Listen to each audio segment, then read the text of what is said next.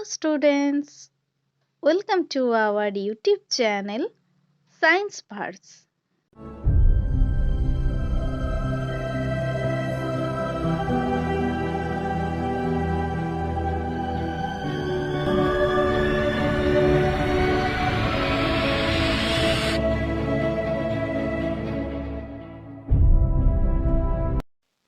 Hello students, welcome to our Life Science classes.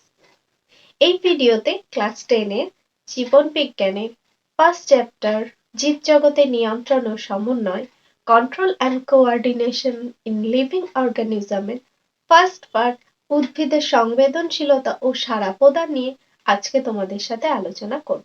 দেখো, তো তোমাদের ক্লাস 10 এ ফার্স্ট চ্যাপ্টার হলো control and coordination in living organism, জীবজগতে নিয়ন্ত্রণ ও সমন্বয়। তো এই জীবজগতে নিয়ন্ত্রণ ও সমন্বয় বলতে কি বোঝানো হয়েছে? এই চ্যাপ্টারে জীবজগৎ কিভাবে নিয়ন্ত্রিত হয়, অর্থাৎ জীব বলতে আমরা উদ্ভিদ ও প্রাণীকে বুঝি। উদ্ভিদ ও প্রাণী কাদের দ্বারা নিয়ন্ত্রিত হয়? তোমরা নিশ্চয়ই পড়েছো যে প্রাণীদেহে কি থাকে? স্নায়ুতন্ত্র থাকে। একইভাবে প্রাণীদেহ শুধু স্নায়ুতন্ত্র নয়, হরমোন দ্বারাও নিয়ন্ত্রিত হয়। আর উদ্ভিদের ক্ষেত্রে স্নায়ুতন্ত্র নেই, কেবলমাত্র হরমোন দ্বারা নিয়ন্ত্রিত হয়। অর্থাৎ জীবদেহ, এখানে জীব জগতে জীব বলতে আমরা যদি উদ্ভিদ ও প্রাণীর কথা বলি, তাহলে প্রাণীর দেহে দুই ধরনের কন্ট্রোল মেকানিজম আছে, একটা স্নায়ুতন্ত্র দ্বারা, অপরটি হরমোন দ্বারা। আর উদ্ভিদ ক্ষেত্রে শুধুমাত্র হরমোন দ্বারা কন্ট্রোল হয়ে থাকে। তো এই চ্যাপ্টারে তোমরা কি কি জানবে? জীবজগতে নিয়ন্ত্রণ ও সমন্বয়ের চ্যাপ্টারে প্রথমে তোমরা উদ্ভিদের সাড়া প্রদান কিভাবে হয় সেটা সম্বন্ধে জানবে, উদ্ভিদের চলন, উদ্ভিদের রাসায়নিক সমন্বয়ক হিসাবে হরমোন, প্রাণীদেহের রাসায়নিক সমন্বয়ক হিসেবে প্রাণী হরমোন, প্রাণীরা কিভাবে গমন করে, সম্পূর্ণ বিষয়টি এই চ্যাপ্টারে আছে।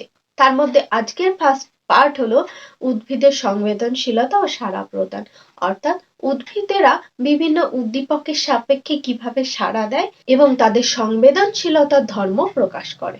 তো দেখো, যে কোনো জীব কোনো পরিবর্তনের সাপেক্ষে নিজেকে মানিয়ে নেওয়ার চেষ্টা করে। পরিবেশে ছোটখাটো বিভিন্ন রকম পরিবর্তন ঘটে। এই পরিবর্তনগুলোই কিন্তু উদ্ভিদ ও প্রাণীদের সাড়া প্রদানের জন্য দায়ী। তো আমরা বললাম কি, ফার্স্ট পার্টে পড়বো উদ্ভিদের সংবেদনশীলতা ও সাড়া প্রদান। এই সংবেদনশীলতা কি? কোনো নির্দিষ্ট বাহ্যিক ও আভ্যন্তরীণ পরিবর্তন, অর্থাৎ পরিবেশের পরিবর্তন হোক সেটা বাইরে থেকে, বা দেহ অভ্যন্তরে পরিবর্তন হোক, সেই পরিবর্তনগুলোকে বলতে পারি উদ্দীপক। এর সাপেক্ষে জীব যে সাড়া প্রদানের ক্ষমতা দেখাতে পারে, সেই ধর্মকে বলতে পারি কি? সংবেদনশীলতা। অর্থাৎ বাইরে থেকে কোনো উদ্দীপকের সাপেক্ষে হয়তো উদ্ভিদ সাড়া প্রদান করলো, বা দেহ অভ্যন্তরে কোনো উদ্দীপনার কারণে কোনো প্রাণী সাড়া প্রদান করলো, যে ধর্মের জন্য উদ্ভিদটি বা প্রাণীটি সাড়া প্রদান করতে সক্ষম হলো, সেই ধর্মকে বলা হয় সংবেদনশীলতা। তো সংবেদনশীলতা বলতে কি বলতে পারি? কোনো নির্দিষ্ট বাহ্যিক বা অভ্যন্তরীণ পরিবর্তন, অর্থাৎ উদ্দীপকের উপস্থিতিতে জীবের সাড়া প্রদানের ক্ষমতাকে বলা হয় সংবেদনশীলতা বা সেন্সিটিভিটি। এবার দেখো, এই যে আমরা বলছি বাহ্যিক বা অভ্যন্তরীণ পরিবর্তন, অর্থাৎ উদ্দীপক। উদ্দীপক বলতে কি বুঝি? পরিবেশের যে সমস্ত পরিবর্তনগুলো জীবেরা শনাক্ত করতে পারে, সেই পরিবর্তনগুলোকেই আমরা বলতে পারি কি? উদ্দীপক। উদ্দীপককে দুটি ক্যাটাগরিতে ভাগ করতে পারি, বাহ্যিক উদ্দীপক ও অভ্যন্তরীণ উদ্দীপক। যে সমস্ত উদ্দীপক জীবদেহের বাইরে থেকে, অর্থাৎ পরিবেশ থেকে সৃষ্ট হয় এবং জীবদেহে সাড়া প্রদানের উদ্দীপনা যোগায়, সেই সমস্ত উদ্দীপককে বলা হয় বাহ্যিক উদ্দীপক। যেমন পরিবেশের আলো, উষ্ণতা, চাপ, তাপ, আর্দ্রতা, বায়ু প্রবাহ, ঘর্ষণ, স্পর্শ, কম্পন, এই সবগুলি হলো কি? বাহ্যিক উদ্দীপক। এবং যে সমস্ত উদ্দীপক জীবদেহের অভ্যন্তরে সৃষ্ট হয় এবং জীবদেহে উদ্দীপনার ক্ষমতা যোগায়, সেই সমস্ত উদ্দীপককে বলা হয় অভ্যন্তরীণ উদ্দীপক। যেমন জীবদেহস্থিত হরমোন, উৎসেচক, ক্যালসিয়াম আয়ন, সোডিয়াম আয়ন, ফেরাসের আয়ন, ক্লোরাইড আয়ন, এই সমস্তগুলি হলো অভ্যন্তরীণ উদ্দীপক। তো দেখো, সংবেদনশীলতা কি পড়লে, উদ্দীপক কি জানলে, বাহ্যিক উদ্দীপক কাদের বলে, অভ্যন্তরীণ উদ্দীপক কাদের বলে, সেগুলো সম্বন্ধে জানলে। এরপরে আসছে সমন্বয়ক। সমন্বয়ক কি? দেখো, প্রথমেই তোমাদের কি বললাম যে জীবদেহে দু ধরনের কন্ট্রোল মেকানিজম আছে, একটা স্নায়ুতন্ত্র দ্বারা আর একটা হরমোন দ্বারা। তো এই সমন্বয়ককে আমরা দুটি ক্যাটাগরিতে ভাগ করতে পারি, একটা ভৌত সমন্বয়ক আর একটা রাসায়নিক সমন্বয়ক। স্নায়ুতন্ত্রকে বলা হয় কি ভৌত সমন্বয়ক। এরা খুব দ্রুত পরিবেশের সঙ্গে জীবদেহের সমন্বয় সাধন করতে পারে এবং খুব দ্রুত উদ্দীপনায় সাড়া দিতে পারে। অপরটি হলো রাসায়নিক সমন্বয়ক অর্থাৎ হরমোন, যেটি পরিবেশের সাথে সাড়া প্রদান অপেক্ষাকৃত ধীর গতিতে করে থাকে। তো জীবদেহের সাথে পরিবেশের সমন্বয় সাধনে দুটি সিস্টেম হেল্প করে, একটি হলো ভৌত সমন্বয়ক অর্থাৎ স্নায়ুতন্ত্র, অপরটি হলো রাসায়নিক সমন্বয়ক অর্থাৎ হরমোনাল সিস্টেম। দেখো, এবার যে কোনো উদ্দীপনার সাপেক্ষেই জীবেরা অল্প বিস্তর সাড়া প্রদান করতে পারে। এই সাড়া প্রদান একটা স্থানে আবদ্ধ থেকে অঙ্গ প্রত্যঙ্গ সঞ্চালনের মাধ্যমে হতে পারে, অথবা এক স্থান থেকে অপর স্থানে স্থান পরিবর্তনের মাধ্যমে হতে পারে। তো জীবের এই সাড়া প্রদানকে আমরা আবার বলতে পারি, যখন উদ্দীপনার সাপেক্ষে এক স্থানে আবদ্ধ থেকে সাড়া প্রদান করছে তাকে চলন, এবং যখন উদ্দীপনার সাপেক্ষে জীব এক স্থান থেকে অপর স্থানে চলে যাচ্ছে তাকে বলতে পারি গমন। তো এখানে দুটি জিনিস তোমাদের পড়তে হবে, চলন কি গমন কি, এবং চলন গমনের উদাহরণ, চলন গমনের পার্থক্য, এগুলো ইম্পর্টেন্ট। তো চলন কাকে বলবো? যে প্রক্রিয়ায় জীব উদ্দীপনার সাপেক্ষে কোনো একটি নির্দিষ্ট স্থানে আবদ্ধ থেকে অঙ্গ প্রত্যঙ্গ সঞ্চালনের মাধ্যমে সাড়া প্রদান করে তাকে বলা হয় চলন। অর্থাৎ বেশিরভাগ ক্ষেত্রে চলন দেখা যায় উদ্ভিদের ক্ষেত্রে। উদ্ভিদ মাটিতে শিকড়ের সাহায্যে আবদ্ধ আছে। এবার দিনের আলো, উষ্ণতা, জল, চাপ, তাপ ইত্যাদি বাহ্যিক উদ্দীপকের সাপেক্ষে উদ্ভিদের কি হয়, অঙ্গ প্রত্যঙ্গের অর্থাৎ শাখা প্রশাখা, ডালপালা, মূল, শাখামূল এগুলোর অল্প বিস্তর চলন ঘটে। অর্থাৎ উদ্দীপকের উপস্থিতিতে উদ্ভিদ এক জায়গায় স্থির থাকলো, কিন্তু স্থির থেকে তার শাখা প্রশাখা সঞ্চালন করলো, একে আমরা বলতে পারি কি চলন। কিন্তু সব উদ্ভিদ কি চলন করে? বেশিরভাগ উদ্ভিদই চলন করে, কিছু উদ্ভিদ ব্যতিক্রম আছে, তারা চলনের সাথে সাথে গমনও দেখাতে পারে, অর্থাৎ তাদের সামগ্রিক চলন ঘটে, যেমন ক্ল্যামাইডোমোনাস, ভলভক্স, ডায়াটম। এই সমস্ত উদ্ভিদগুলি এককোষী এবং এক স্থান থেকে অপর স্থানে যেতে পারে, তাই এদের গমনকে সামগ্রিক চলনও বলা যেতে পারে, যেহেতু তাদের সমগ্র দেহ এক স্থান থেকে অপর স্থানে যায়। তারপরে আসছে গমন। গমন কাকে বলা হয়? যে প্রক্রিয়ায় কোনো জীব অঙ্গ প্রত্যঙ্গ সঞ্চালনের মাধ্যমে এক স্থান থেকে অপর স্থানে যায়, সেই প্রক্রিয়াকে বলা হয় গমন।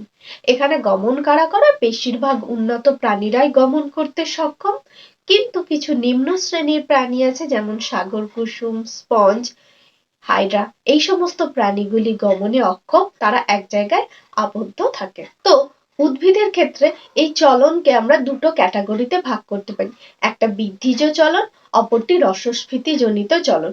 বৃদ্ধিজ চলন কি? উদ্দীপকের সাপেক্ষে যখন উদ্ভিদ দৈর্ঘ্যে বৃদ্ধি পায়, অর্থাৎ ছোট থেকে বড় হয়, এই জাতীয় চলনকে আমরা কি বলবো? বৃদ্ধিজ চলন। আর উদ্ভিদের কোষে কোষ রসের তারতম্যের জন্য যে চলন দেখা যায় তাকে বলা হয় রসস্ফীতি জনিত চলন। তো দেখো, একটা বৃদ্ধিজ চলন রয়েছে, অপরটি আছে রসস্ফীতি জনিত চলন। উদ্ভিদ কোষের ক্ষেত্রে উদ্দীপক ছাড়াও সাইটোপ্লাজমের এক বিশেষ ধরনের গতি দেখতে পাওয়া যায়, তাকে আমরা বলতে পারি সাইক্লোসিস। অর্থাৎ উদ্দীপক ছাড়া কখনো কখনো উদ্ভিদ কোষের সাইটোপ্লাজম বড় ভ্যাকুয়েলকে ঘিরে বা ছোট ছোট ভ্যাকুয়েলকে ঘিরে সাইটোপ্লাজম চক্রাকারে ঘুরতে থাকে, এই ঘটনাকে আমরা বলি সাইক্লোসিস। সাইক্লোসিসকে দুটো ক্যাটাগরিতে ভাগ করা যায়, রোটেশন এন্ড সার্কুলেশন। যখন উদ্ভিদ কোষের সাইটোপ্লাজম কোনো বড় ভ্যাকুয়েলকে কেন্দ্র করে চক্রাকারে ঘুরতে থাকে তখন তাকে বলা হয় রোটেশন। এই রোটেশন বা প্রবাহ গতি দেখা যায় পাতা শ্যাওলার কোষের ক্ষেত্রে। আর সার্কুলেশন কি? যখন উদ্ভিদ কোষের ছোট ছোট ভ্যাকুয়েলকে ঘিরে সাইটোপ্লাজম চক্রাকারে ঘুরতে থাকে তাকে বলা হয় সার্কুলেশন বা আবর্ত গতি। এটা কুমড়ো গাছের কাণ্ডের রোমের ক্ষেত্রে দেখতে পাওয়া যায়। তাহলে দেখো তোমরা কি কি জানলে উদ্ভিদের সাড়া প্রদানের ধরনে। উদ্ভিদ সাড়া উদ্দীপকের সাপেক্ষে কেমন সাড়া দিতে পারে, চলন করতে পারে, গমন করতে পারে।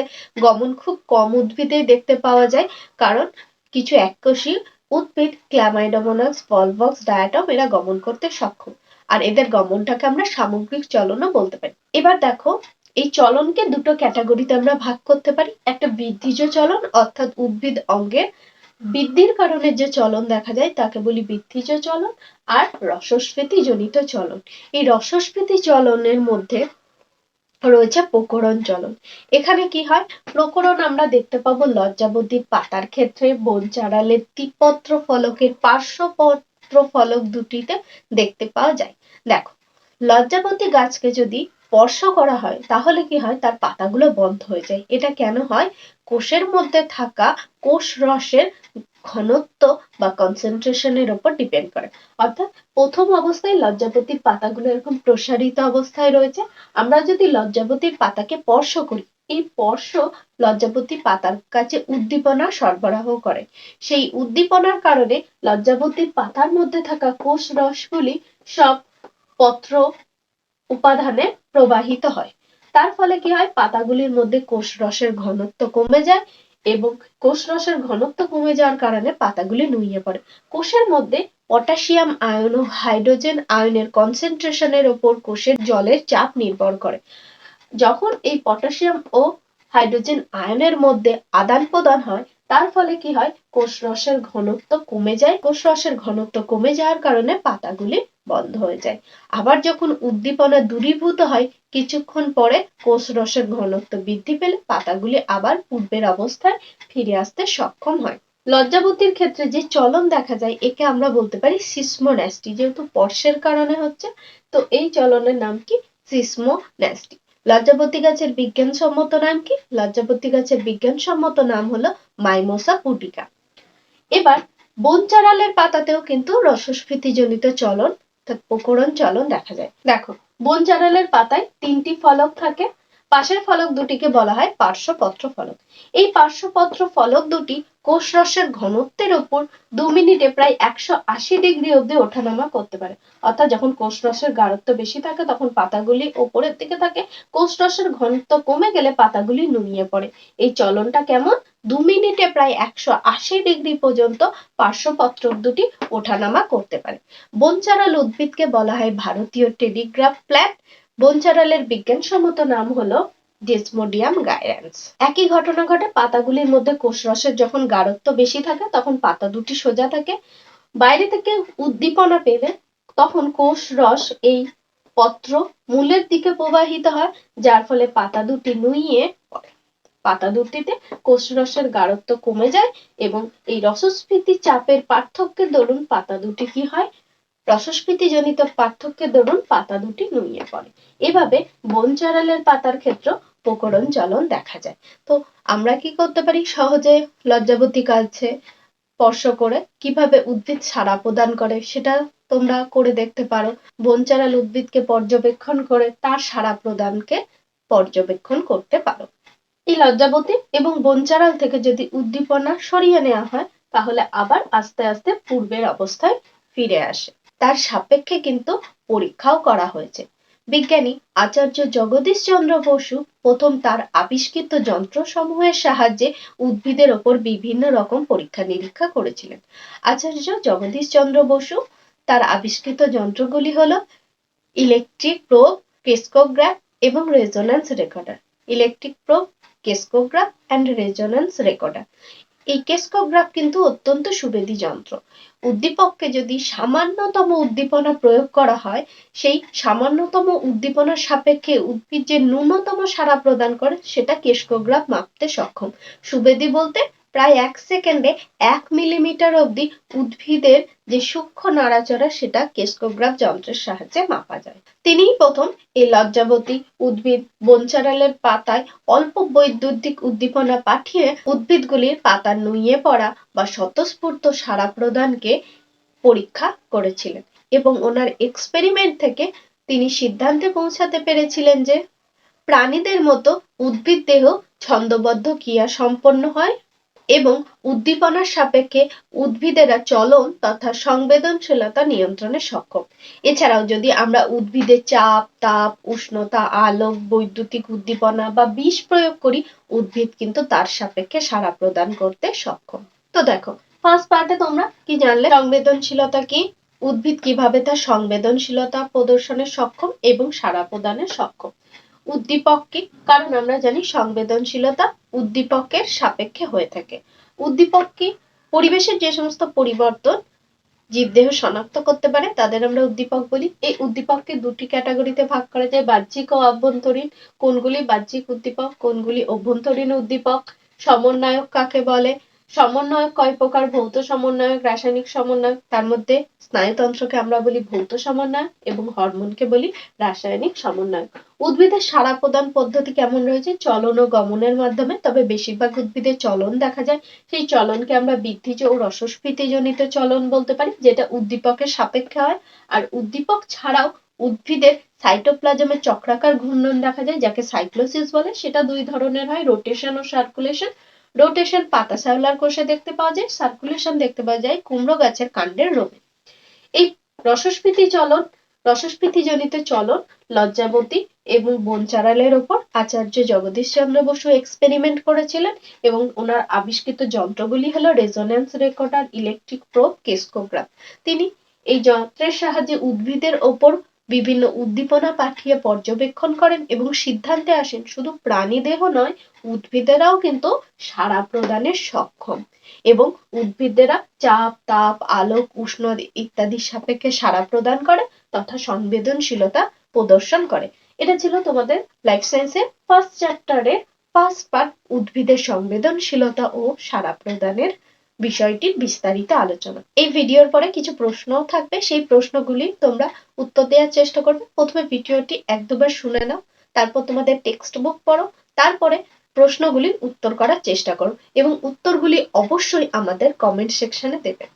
ভিডিওটি ভালো লাগলে বেশি বেশি করে লাইক করো, কমেন্ট করো এবং বন্ধুদের সাথে শেয়ার করে দাও। আজকে এই পর্যন্তই, দেখা হচ্ছে পরবর্তী ভিডিওতে। সবাই খুব ভালো থেকো, টাটা।